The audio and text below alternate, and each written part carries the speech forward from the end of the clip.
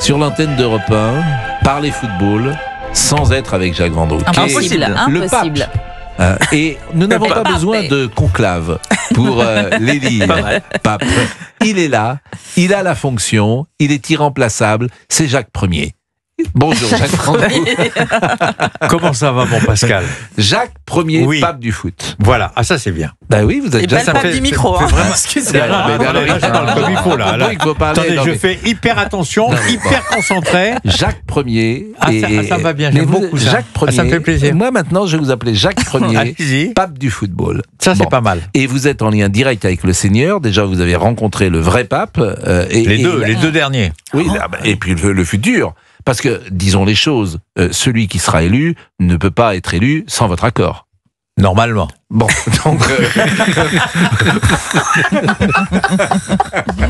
On est chez les fous. vous influencez Normalement. Vous Bah, maintenant, influencez après, directement le conclave. Vous êtes en liaison quasi directe avec la chapelle Sixtine. Madame, monsieur, bonsoir, je vous retrouve dans quelques instants. j'y vais tous les après-midi. Au conclave. Oui. Je Jacques demande mon Vendroux, avis, ça. etc. Bah bien sûr, et vous faites l'aller-retour et vous revenez évidemment à Paris. Bon, Voilà. Sérieusement, Oui. on va parler... Alors, je sens bien l'affaire. Oui, bah, Oh là, ça, oh là, c'est ce qui m'inquiète. C'est ce qui m'inquiète parce Paris va que être éliminé. vous êtes un pronostiqueur de... Je vous n'êtes suis pas le... Le plus nul. Non, parce que vous dites les choses... Vous savez pourquoi? Vous dites les choses telles que vous voudriez qu'elles soient. Moi, Alors, moi, je fais des rêves Oui. éveillés Oui. depuis que je suis né. Oui, non mais Et sérieusement... donc là, je vois, comme je vais vous dire, tiens, vous pouvez l'enregistrer, j'assume, je vois ce soir Oui, un bon petit 0-0. Tranquille. voilà. Vous savez que Fabien facile de dire ça. Antoniente nous écoute. On pourrait l'appeler Fabien, puisqu'on parle de foot.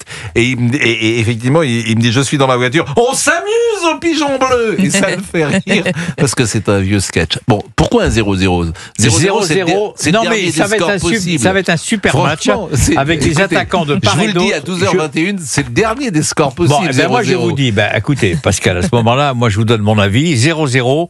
Et le match retour dans 15 jours, ça va être la qualification. Bon. Je rêve d'aller à Munich le 31. Voilà. Bon, on rêve tous, mais Paris reste sur un match nul. Bien et sûr. puis une défaite. Une défaite Mais qui bien a fait sûr. la joie d'ailleurs des Nantais. Ils se sont tous appelés, puisque le record nantais de 32 matchs consécutifs sans défaite tient toujours. Mais comment vous analysez cette baisse de forme? Sérieusement? Sérieusement, je pense que les joueurs du Paris Saint-Germain ont peur de ce match. Et ils pensent trop à ce match.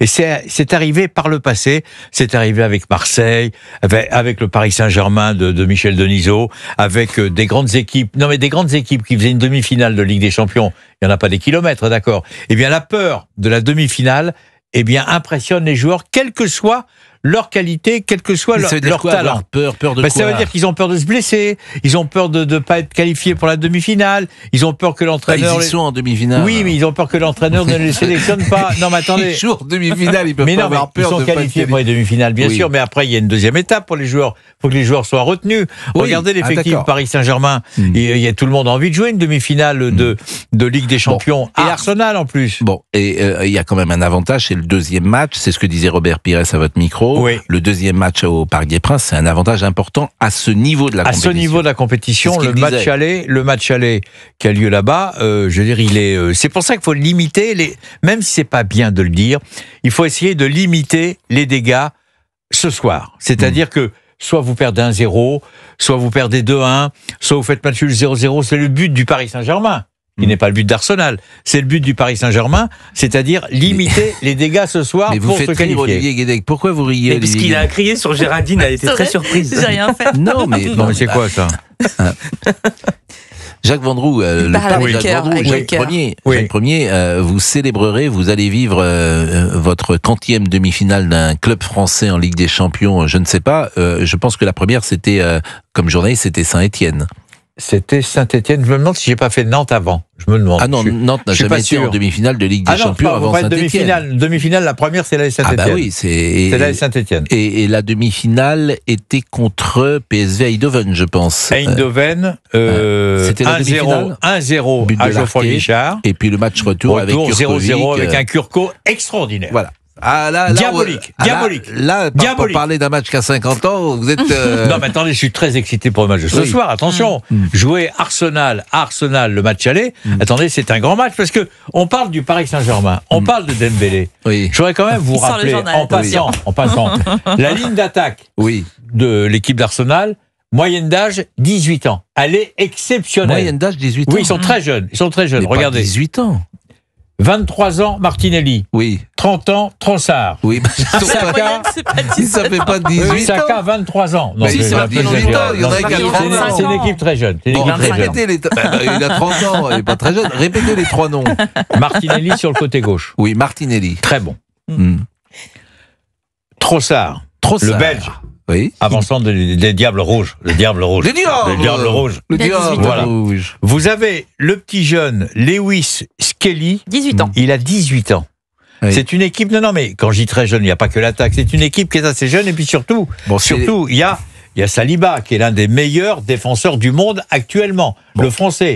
Libéraux, entre guillemets, de l'équipe de France de football. C'est une équipe Arsenal que nous aimons beaucoup. Pourquoi ? Parce que c'est l'équipe la plus Frenchy de l'histoire de l'Angleterre. Est-ce que vous savez... Il y a eu je ne sais combien de joueurs qui sont passés d'abord avec Arsène Wenger, mais évidemment. Henry, Giroud, Vieira, Petit, Pires, Clichy, et j'en oublie. Équipe extraordinaire. Il avait sa place. Oui. Oui, il avait Clichy, c'est arrière gauche, il était très bon. Et tout ça, c'était grâce à Arsène Wenger. Il avait sa place. Bon, donc 0-0. À l'aller. Il y a un bon climat dans ce studio. Oui, j'aime bien. Avec Jacques Ier. Oui. Pape du football. Bon, 0-0. Bon. Et alors ce soir, on pourra... demain matin, vous revenez ? Je reviens demain, oui. Je reviens demain en fin de matinée, il n'y a pas de problème. Bon, écoutez, de toute façon, vous n'avez rien à faire. Pardon ? Je dis que vous n'êtes pas débordé. Mais j'ai jamais dit que j'étais débordé, j'ai dit que j'étais passionné. C'est pas pareil. Et quand vous êtes passionné par ce que vous faites, vous êtes donc forcément jamais débordé. Dites-moi, vous n'avez pas fait votre grand voyage aux États-Unis. Mais je vais le faire. Oui, mais cette année, là, il est je pense que je vais le faire. Mais attendez, non, mais là, vous nous avez emmenés en bateau. Non, ça a été annulé au dernier moment. Non, j'ai dit que je faisais au dernier moment. Non. Mais attendez, sur les tombes. Gordon, arrêtez, comment c'est du cinéma ? Vous n'avez pas le droit de me parler comme ça. D'accord. Attention. Oui, parce que je suis sérieux.